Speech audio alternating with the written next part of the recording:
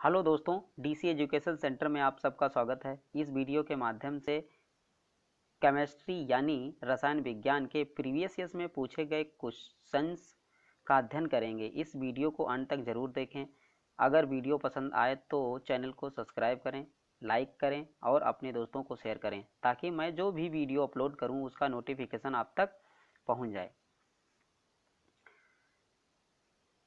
आओ दोस्तों, कंटिन्यू करते हैं। आज का क्वेश्चन नंबर फर्स्ट, न्यूक्लियस में परमाणु क्रमांक एटॉमिक नंबर को दर्शाता है। ये दर्शाता है दोस्तों प्रोटॉन को।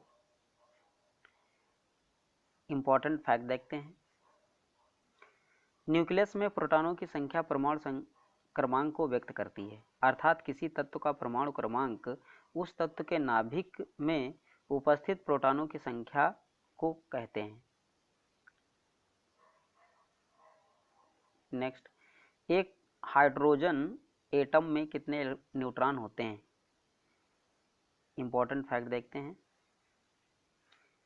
हाइड्रोजन परमाणु के नाभिक में केवल एक प्रोटॉन ही पाया जाता है, जबकि एक भी न्यूट्रॉन नाभिक में नहीं होता है। इसलिए हाइड्रोजन का परमाणु क्रमांक तथा परमाणु भार दोनों का मान एक होता है, 1H1। ये होता है दोस्तों एटॉमिक नंबर, ये होता है atomic mass. Question number next, निम्नलिखित में से किस परमाणु का व्यास सबसे बड़ा है? यह है दोस्तों आयोडीन। इंपॉर्टेंट फैक्ट देखते हैं। आयोडीन फ्लोरीन, क्लोरीन तथा ब्रोमीन हाइड्रोजन तत्व कहलाते हैं। आधुनिक आवर्त सारणी में ये अक्रिय गैसों यानी नोबेल गैस के बारे के बाईं ओर 17वें समूह में रखे गए हैं। इन दिए गए तत्वों में आयोडीन यानी आई की परमाणु त्रिज्या अथवा व्यास सबसे अधिक होता है। फ्लोरीन, क्लोरीन और ब्रोमीन तथा आयोडीन की परमाणु संख्याएं क्रमशः 9, 17, 35 और 53 है। अतः ये स्पष्ट है कि आयोडीन जिसकी परमाणु संख्या एटॉमिक नंबर 53 है में इलेक्ट्रॉनों की संख्या 53 होगी। इसके कक्षाओं यानी ऑर्बिटल्स में वितरण हेतु अन्य हाइड्रोजन से अधिक कक्षक बनेंगे, अतः परमाणु व्यास बड़ा होगा। नेक्स्ट, निम्नलिखित में से किन कणों में सकारात्मक आवेश होता है? ये होता है दोस्तों प्रोटॉन। प्रोटॉन P पर प्लस धनात्मक आवेश होता है और N पे यानी न्यूट्रॉन पर कोई आवेश नहीं होता है, न्यूट्रॉन पर कोई आवेश नहीं होता है, और इलेक्ट्रॉन पर माइनस आवेश होता है। और किसी नाभिक में प्रोटॉन प्लस न्यूट्रॉन होते हैं और बाहरी कक्षा में इलेक्ट्रॉन होते हैं।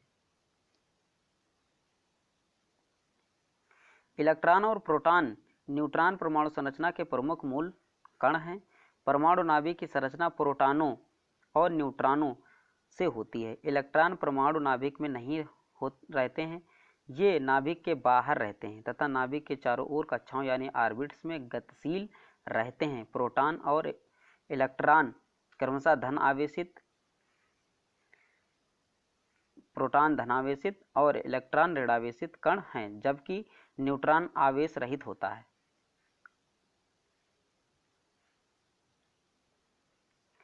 इलेक्ट्रॉन के समतुल्य प्रतिद्रव्य कणों को कहा जाता है, ये कहा जाता है जो दोस्तों पॉजिट्रॉन। इंपॉर्टेंट फैक्ट देखते हैं। इलेक्ट्रॉन के समतुल्य प्रतिद्रव्य कण पॉजिट्रॉन होता है। इलेक्ट्रॉन और पॉजिट्रॉन का द्रव्यमान 9.1 इंटू 10⁻³ kg होता है। पॉजिट्रॉन का धन आवेश यानी 1.6 इंटू 10⁻19 कूलाम होता है, जो कि संख्यात्मक दृष्टि से इलेक्ट्रॉन के ही समान है। हम जानते हैं कि इलेक्ट्रॉनों पर यही आवेश मात्र ऋण मान ही होता है।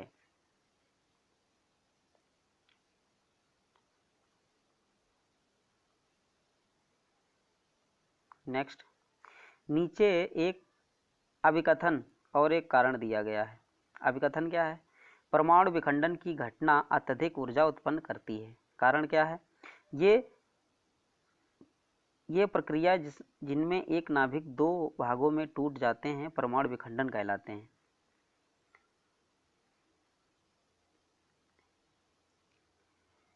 इंपॉर्टेंट फैक्ट देखते हैं। आंसर नंबर बी है पहले आंसर बी, यानी अभिकथन और कारण दोनों सही, लेकिन कारण और अभिकथन की उचित व्याख्या नहीं करता है। अब इंपॉर्टेंट फैक्ट देखते हैं।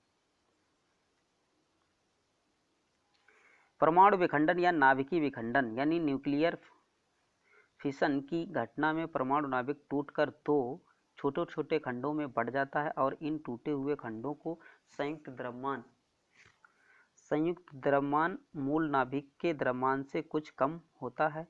अर्थात इस क्रिया में द्रव्यमान क्षति होती है जो आइंस्टीन के द्रव्यमान ऊर्जा समीकरण E=mc² के अनुसार बड़ी मात्रा में ऊर्जा में बदल जाती है। क्वेश्चन नंबर नेक्स्ट, सूर्य की ऊर्जा किस माध्यम से उत्पन्न होती है? ये होती है दोस्तों परमाणु संलयन अभिक्रिया पर। इंपॉर्टेंट फैक्ट देखते हैं।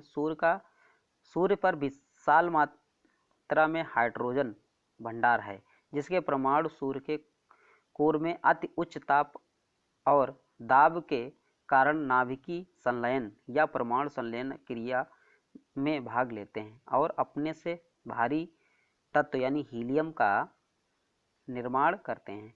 इस क्रिया में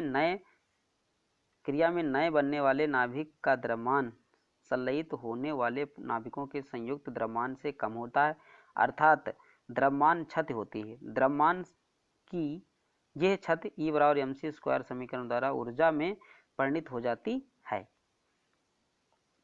क्वेश्चन नंबर नेक्स्ट, एक ऑक्सीजन परमाणु में कितने संयोजित इलेक्ट्रॉन होते हैं? ये होते हैं दोस्तों 6। ऑक्सीजन का परमाणु क्रमांक 8 होता है, अतः इसका इलेक्ट्रॉनिक विन्यास 2 और 6 होगा। अर्थात ऑक्सीजन के प्रथम कक्षक में 2 इलेक्ट्रॉन जबकि द्वितीय या बाह्य कक्षा में 6 इलेक्ट्रॉन होंगे। बाह्य कक्षा के इलेक्ट्रॉन संयोजी इलेक्ट्रॉन कहलाते हैं। बाह्य कक्षा के इलेक्ट्रॉन कैसे कहलाते हैं दोस्तों? संयोजिक इलेक्ट्रॉन कहलाते हैं। अतः ऑक्सीजन में 6 संयोजिक इलेक्ट्रॉन होते होंगे।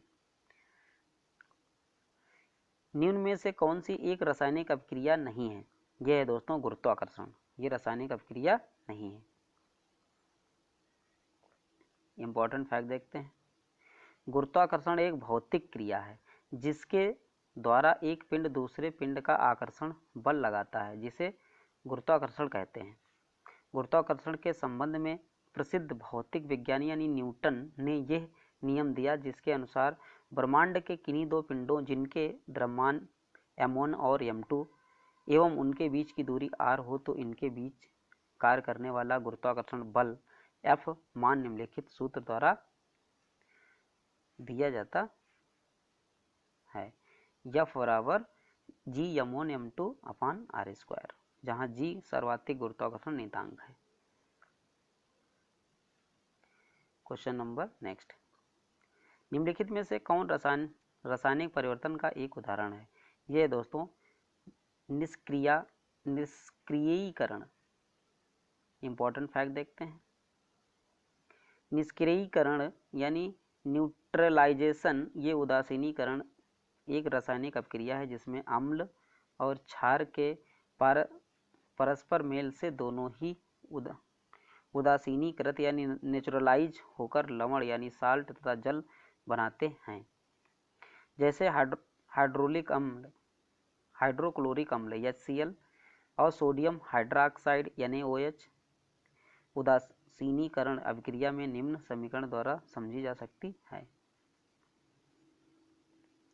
HCl plus NaOH NaCl plus H2O, ये लवण बन गया NaCl, सोडियम क्लोराइड, और H2O जल बन गया। नेक्स्ट,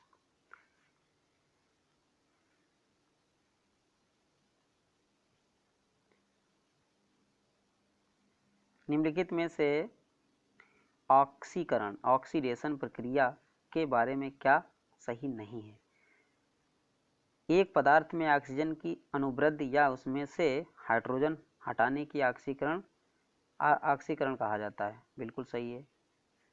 वह पदार्थ जो ऑक्सीकरण के लिए ऑक्सीजन देता है या हाइड्रोजन को हटाता है उसे ऑक्सीकरण कहा जाता है। बिल्कुल सही है।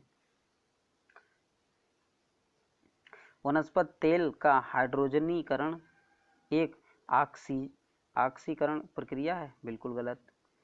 धातुओं को जंग लगना ऑक्सीकरण प्रक्रिया का एक प्रभाव है। ये भी सही है। इंपॉर्टेंट फैक्ट देखते हैं। हाइड्रोजनीकरण एक अपचयन क्रिया है, ना कि ऑक्सीकरण, क्योंकि इनमें ऑक्सीजन की वृद्धि नहीं होती है बल्कि हाइड्रोजन असंतृप्त वसी अम्लों से संयुक्त होकर इन्हें संतृप्त वसी अम्लों में बदल देता है।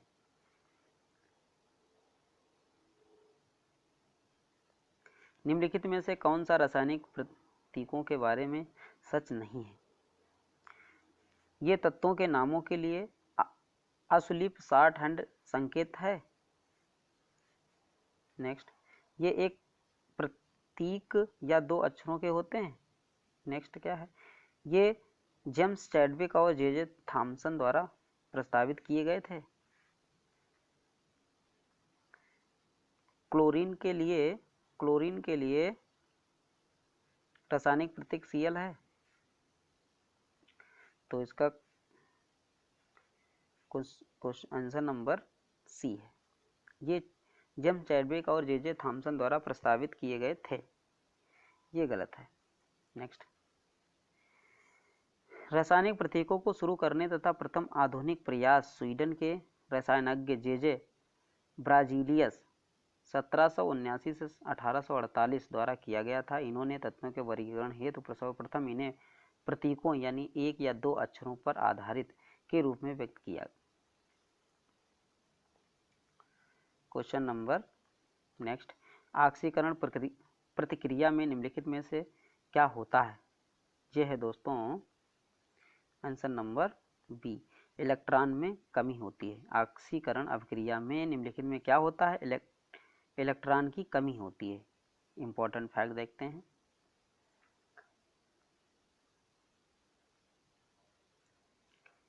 निम्न इलेक्ट्रॉन संकल्पना के अनुसार परमाणुओं, आयनों और अणुओं के द्वारा एक या अधिक इलेक्ट्रॉन त्याग करने की प्रक्रिया ऑक्सीकरण या अपचयन कहलाती है। ऑक्सीकरण प्रक्रिया में किसी तत्व की संयोजकता बढ़ती है तथा संयोजकता में हुई वृद्धि त्याग दिए गए इलेक्ट्रॉनों की संख्या के बराबर होती है। उदाहरण देखते हैं। जड़यन जिंक परमाणु, जड़यन 2+ 2 electron, zinc ion. Question number next आप पढ़ते हैं दोस्तों, गैसों तथा उनके नियम। नेक्स्ट, पानी का घनत्व क्या है? 1000 किलो प्रति घन मीटर। इंपॉर्टेंट फैक्ट देखते हैं। पानी का घनत्व 1000 किलोग्राम प्रति घन मीटर या 1000 किलोग्राम प्रति मीटर क्यूब होता है। पानी का तापमान 4 डिग्री सेंटीग्रेड से नीचे घटने पर इसका घनत्व घटता है। इसलिए सामान्यतः पानी के घनत्व का 4 डिग्री सेंटीग्रेड पर लिया गया मान, जो लगभग उपरोक्त वर्णित मान के बराबर होता है, पानी का वास्तविक घनत्व माना जाता है। वह एक मात्र अधातु कौन सी है जो कमरे के तापमान पर द्रव में बदल जाती है? यह है दोस्तों ब्रोमीन। ये एक धातु ऐसी है जो कमरे के तापमान पर लिक्विड में होती है। नेक्स्ट, ब्रोमीन आधुनिक आवर्त सारणी के 17वें समूह अर्थात अधातु तत्व है। कैसा है दोस्तों? नॉन मेटल है, जिसे Br प्रतीक द्वारा व्यक्त किया जाता है। ये कमरे के ताप पर द्रव अवस्था में रहता है, जिसका रंग लाल भूरा तथा खुला छोड़ने पर ये शीघ्रता से कमरे के ही ताप पर लाल भूरे रंग के वाष्प में परिणत हो जाता है।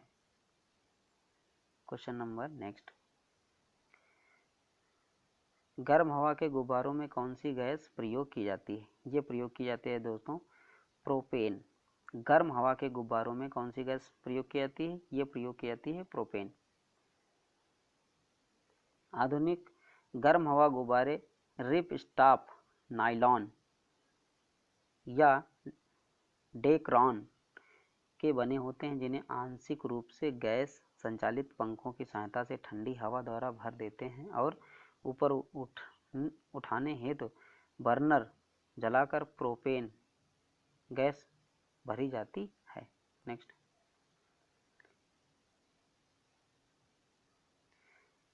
निम्नलिखित गैसों में से किसमें एक तीखी गंध होती है? यह है दोस्तों अमोनिया। इंपॉर्टेंट फैक्ट देखते हैं। यह है दोस्तों अमोनिया NH3 तीखी गंध युक्त गैस है, जबकि अन्य गैसें अर्थात यानी कार्बन मोनोऑक्साइड या ऑक्सीजन या हाइड्रोजन गंधहीन गैसें हैं।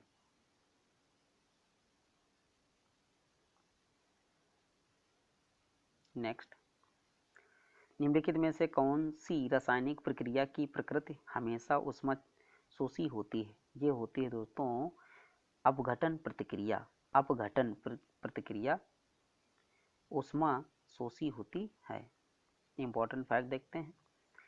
अपघटन प्रतिक्रिया डीकम्पोजिशन रिएक्शन हमेशा ऊष्माशोषी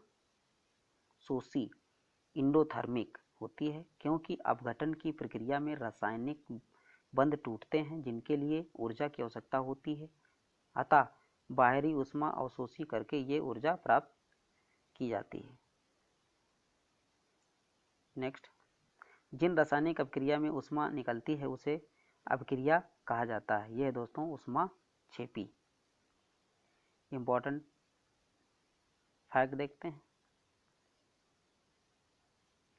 ऊष्माक्षेपी एक्सोथर्मिक अपक्रिया एक ऐसी रासायनिक अपक्रिया है को कहते हैं जिनमें प्रकाश अथवा ऊष्मा के रूप में ऊर्जा बाहर निकलती है। अतः स्पष्ट है कि इस अपक्रिया के प्रारंभ हेतु आवश्यक ऊर्जा की मात्रा की तुलना में अपक्रिया में मुक्त हुई ऊर्जा बहुत अधिक होती है। नेक्स्ट, उस प्रक्रिया का क्या नाम है जिसमें गैस सीधे ही ठोस वस्तु में परिवर्तित हो जाती है? यह है दोस्तों डिपोजिशन। इंपॉर्टेंट फैक्ट देखते हैं। गैस से सीधे ठोस अवस्था में परिवर्तित होने की क्रिया निक्षेपण यानी डिपोजिशन कहलाती है। ये वास्तव में रासायनिक वाष्प निक्षेपण केमिकल वेपर डिपोजिशन की क्रिया है, जिसकी सहायता से उच्च श्रेणी तथा अच्छी क्षमता वाले ठोस पदार्थ उत्पन्न किए जाते हैं। ये प्रक्रिया अर्धचालक उद्योग यानी सेमी कंडक्टर इंडस्ट्री में पतली परतें या महीन फिल्म पैदा करने हेतु प्रयुक्त होती हैं।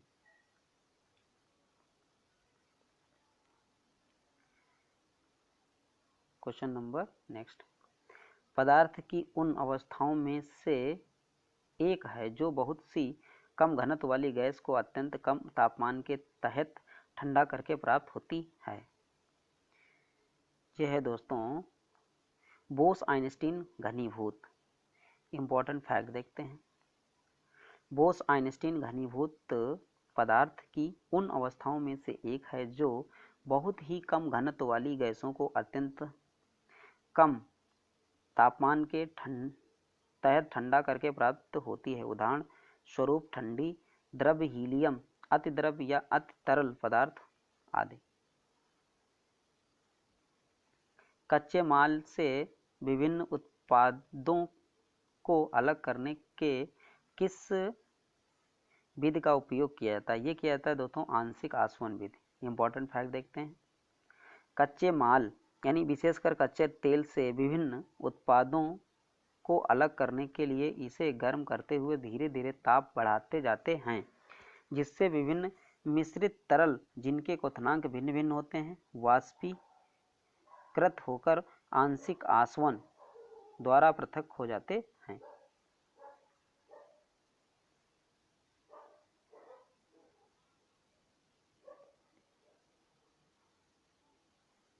नेक्स्ट,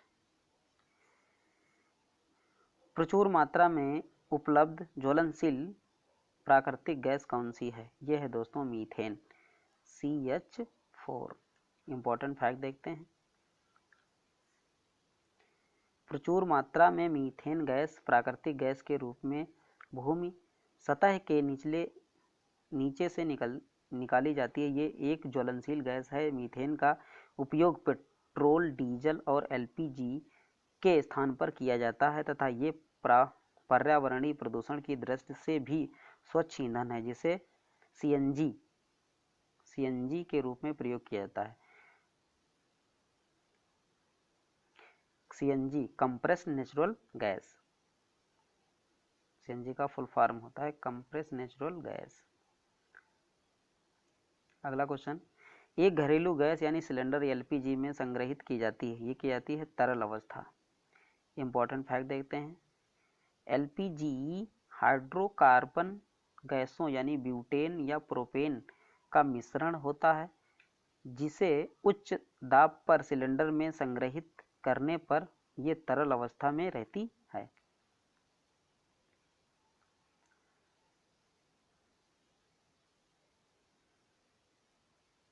कथन है दोस्तों, घरेलू गैस सिलेंडरों में होने वाले रिसाव का पता लगाया जा सकता है। कारण क्या है? LPG की गंध तीव्र होती है। इंपॉर्टेंट फैक्ट देखते हैं दोस्तों। पहले, घरेलू गैस सिलेंडरों में प्रयुक्त ईंधन गैसों यानी ब्यूटेन और प्रोपेन में गंध नहीं होती है, अर्थात LPG सिलेंडर से रिसाव का पता लगाने के लिए इसमें एक रंगीन परंतु तीक्ष्ण गंध वाली गैस इथेनीथियोल या सामान्यतः एथिल मर्केप्टाइन के नाम से जाना जाता है, मिलाई जाती है। एथिल मर्केप्टाइन एक कार्बोनो-सल्फर यौगिक है जिसका रासायनिक सूत्र होता है CH3CH2 या SH। तो क्वेश्चन नंबर इसका है दोस्तों D। A सही है लेकिन R गलत है।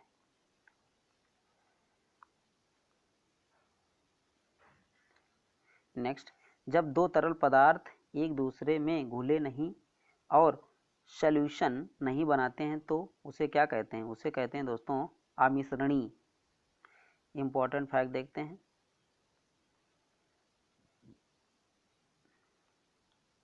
जब दो तरल पदार्थ परस्पर घुलते नहीं हैं और विलयन सॉल्यूशन नहीं बनाते हैं तो इन्हें परस्पर आमिश्रणी द्रव कहते हैं। जैसे तेल और पानी को मिलाने पर ये स्थिर अवस्था में अलग अलग परतें बना लेते हैं, ये मिलते नहीं हैं।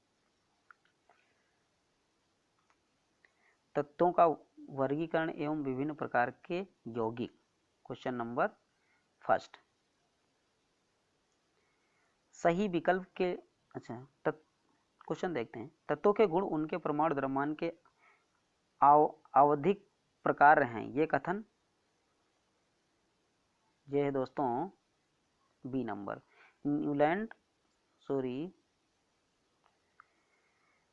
मेंडलीव का आवर्त नियम। इंपॉर्टेंट फैक्ट देखते हैं। मेंडलीव ने सर्वप्रथम 1869 ईस्वी में उस समय ज्ञात यानी 56 तत्वों को उनके भौतिक एवं रासायनिक गुणों के आधार पर वर्गीकृत किया और ये नियम दिया कि तत्वों के भौतिक एवं रासायनिक गुण उनके परमाणु द्रव्यमान के आवर्ती फलन होते हैं। आधुनिक आवर्ती नियम किसने दिया था? जिसके अनुसार तत्वों के भौतिक और रासायनिक गुण उनकी परमाणु संख्या के आवर्ती फंक्शन हैं। यह है दोस्तों हैरी मोसले। इंपॉर्टेंट फैक्ट देखते हैं दोस्तों। हैरी मोसले ने वर्ष 1913 में यह सिद्ध किया कि तत्वों और अधिक मूलभूत विशेषता उनकी परमाणु संख्या और उनके आधार पर आधुनिक आवर्ती नियम मॉडर्न पीरियोडिक लॉ दिया, जिनके अनुसार तत्वों के गुण यानी भौतिक एवं रासायनिक उनके परमाणु संख्या के आवर्ती फलन होते हैं, पीरियोडिक फंक्शन होते हैं। नेक्स्ट,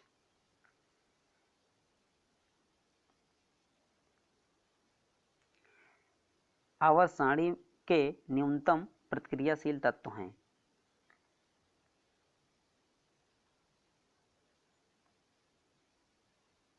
उत्कृष्ट गैस।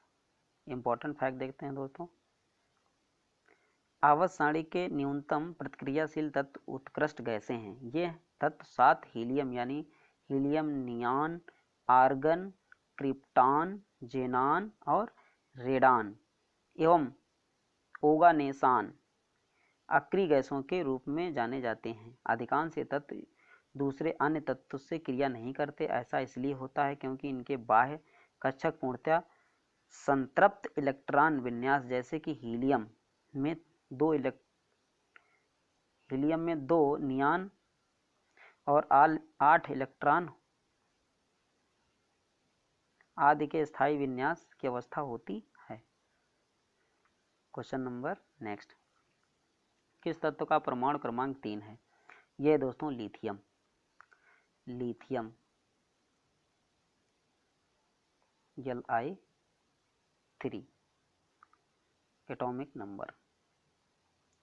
इंपॉर्टेंट फैक्ट देते हैं, प्रकृति में सबसे हल्की धातु के रूप में जानी जाने वाली क्षारीय धातु है समूह यानी लिथियम का परमाणु क्रमांक 3 होता है।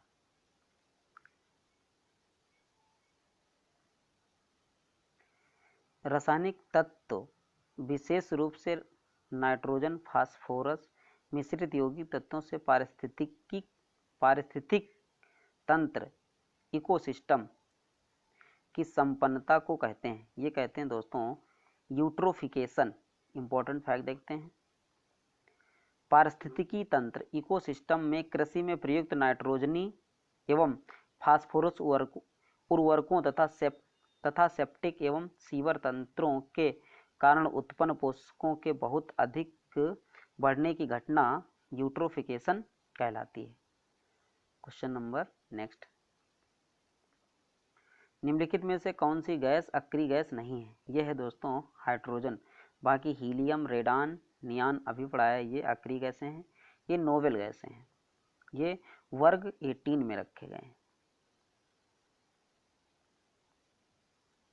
इंपॉर्टेंट फैक्ट देखते हैं, हीलियम, नियान, रेडान अक्रिय या नोबेल गैस कहलाती हैं जो आवर्त सारणी में 18वें समूह में रखी गई हैं। हाइड्रोजन एक सक्रिय एवं ज्वलनशील गैस है जिसे आधुनिक आवर्त सारणी के प्रथम समूह में रखा जाता है। ये अक्रिय गैस नहीं है।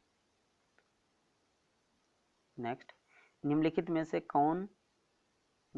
से किस गैस को अज्ञात यानी स्ट्रेंजर गैस के नाम से भी जाना जाता है?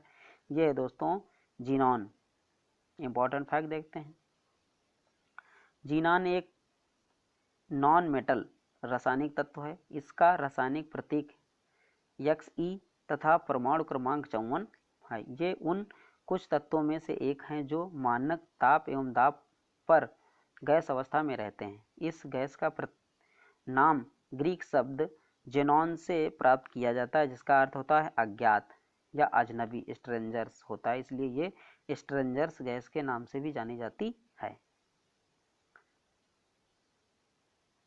नेक्स्ट, निम्नलिखित में से कौन सी धातु पारद धातु मिश्रण का गठन करती है? जब इसे किसी धातु के साथ मिश्रित किया जाता है तो ये क्या करती है? ये कौन सी है दोस्तों? पारा। इंपॉर्टेंट फैक्ट देखते हैं, पारा एक ऐसी धातु है जो, पारा क्या है? धातु है। अधिकांशतः सभी धातुओं के साथ पारद धातु मिश्रण अमलगम बनाती हैं। चांदी पारा अमलगम का प्रयोग दंत चिकित्सा के क्षेत्र में किया जाता है। सोना पारा मिश्रण गोल्ड मरकरी अमलगम का प्रयोग सोने के निष्कर्षण में किया जाता है। अपवाद स्वरूप कुछ ऐसे धातुएं भी हैं जो पारे से मिश्रणीय नहीं है, जैसे लोहा, प्लेटिनम, टंगस्टन और टेंटेलम। नेक्स्ट, सूखी बर्फ ड्राई आइस क्या है? यह है दोस्तों CO2 यानी कार्बन डाइऑक्साइड।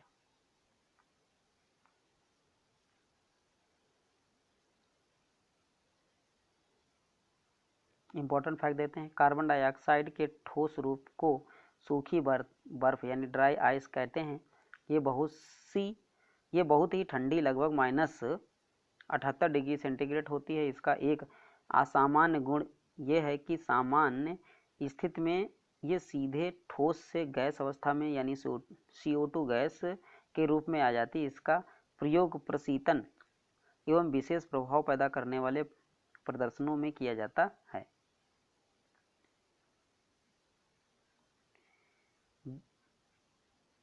ये दोस्तों आज का लास्ट क्वेश्चन है।